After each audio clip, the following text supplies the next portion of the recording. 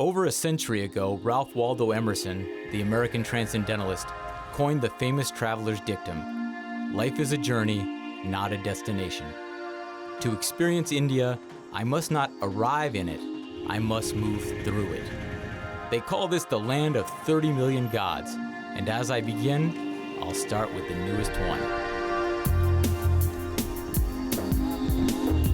Om Bana was a handsome young man who lost control of his motorcycle and died on the lonely Rajasthani highway. Police took his bike to the station, but discovered in the morning that it had miraculously made its way back to the place that last saw its owner. So they brought it back to the station again, and once more the bike was gone by sunrise. They retrieved it a third time and locked it up with heavy chains, but steel links were no match for this loyal machine. So the cops gave up, and now it sits at the spot where Om Bana met his demise, patiently waiting for its master's return. It's a little like Hachiko on wheels, but whereas the dog statue in Shibuya is used mainly now as a meeting point for lovers and friends, the story of Om Bana has blossomed in the sacred soil of India, as you can see.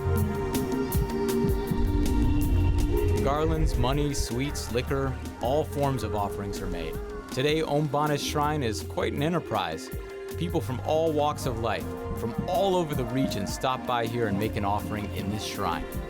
Truckers feel it's mandatory to stop and pay respects. Or if you're pressed for time, at least toot your horn in acknowledgement and respect. Pilgrims put wreaths of flowers on the faithful motorcycle, pour liquor on Om's altar, and look to his deified spirit for help in their lives.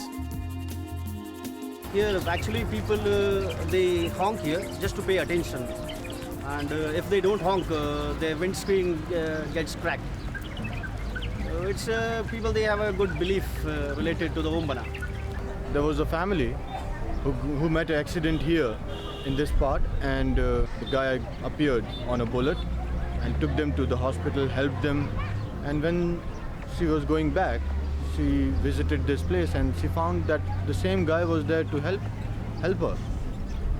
She got astonished and she asked the people, like, this guy helped me, my family, to take them to the hospital, but how come he's here?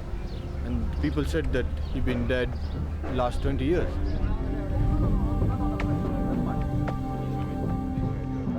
In preparation for my own motorcycle stint in the Himalayas, on the same kind of bike, I thought it appropriate to pay my offerings in the local tradition.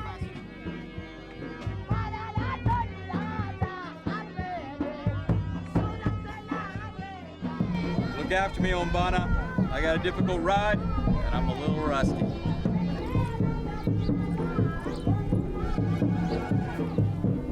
Cheers. So with my offer of quality bullet lager, which was actually pretty good stuff, it's off to Delhi, the new capital of India and the gateway to the mountain passes.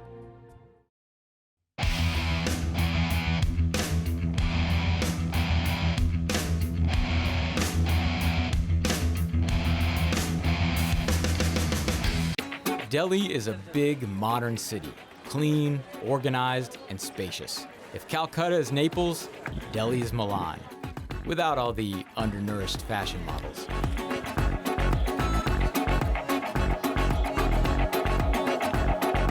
I've seen enough modern cities in my travels. I'd like to get straight to the heart of what makes Delhi unique.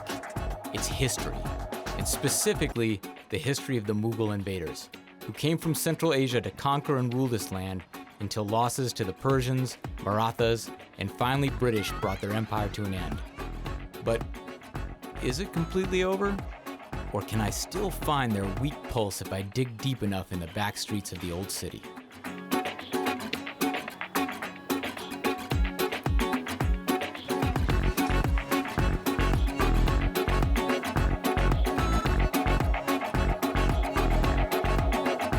What can you say about the largest spice market in Asia? Operating since the 17th century, it's colorful, vibrant, and smells wonderful. On top of that, look at this backdrop. It's like something out of an Indiana Jones movie. Open-air shops on both sides of the road, jute bags stuffed with all varieties of spices, transported on the shoulders, backs, and wood carts of merchants making their way through tight alleys.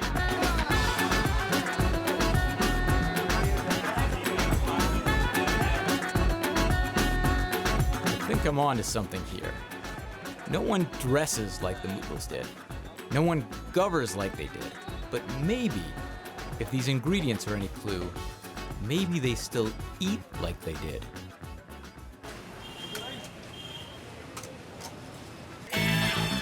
Mughalai cuisine is a style of cooking derived from the empire's imperial kitchens.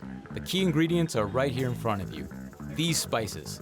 They range from mild to blow your head off spicy. And the dishes are intricate.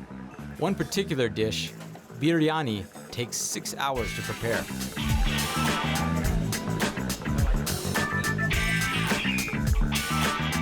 This all looks fantastic, and it's making me a bit peckish. I don't want to stuff my face with chilies, so I'm gonna have to find out where they pull it all together.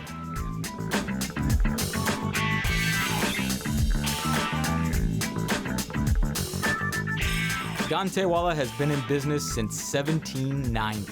Amongst the variety of sugary delectables, I'm told you can find one sweet which has soldiered on as empires fell. I'll take one Sohan halwa. Sohan Yeah, Sohan halwa, right? Yes. I'll take one.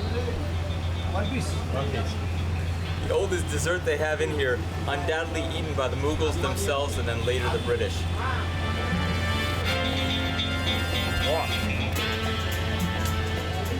The world's first peanut brittle, apparently. Good. Rick, I think if I eat two, Yes, same. no water. Yes. Yeah. Wow. That's good. It is, in fact, pretty darn tasty. But I sort of put the cart before the horse. Now that I've got old and sweet sitting in my gut, let's see if we can find a main course.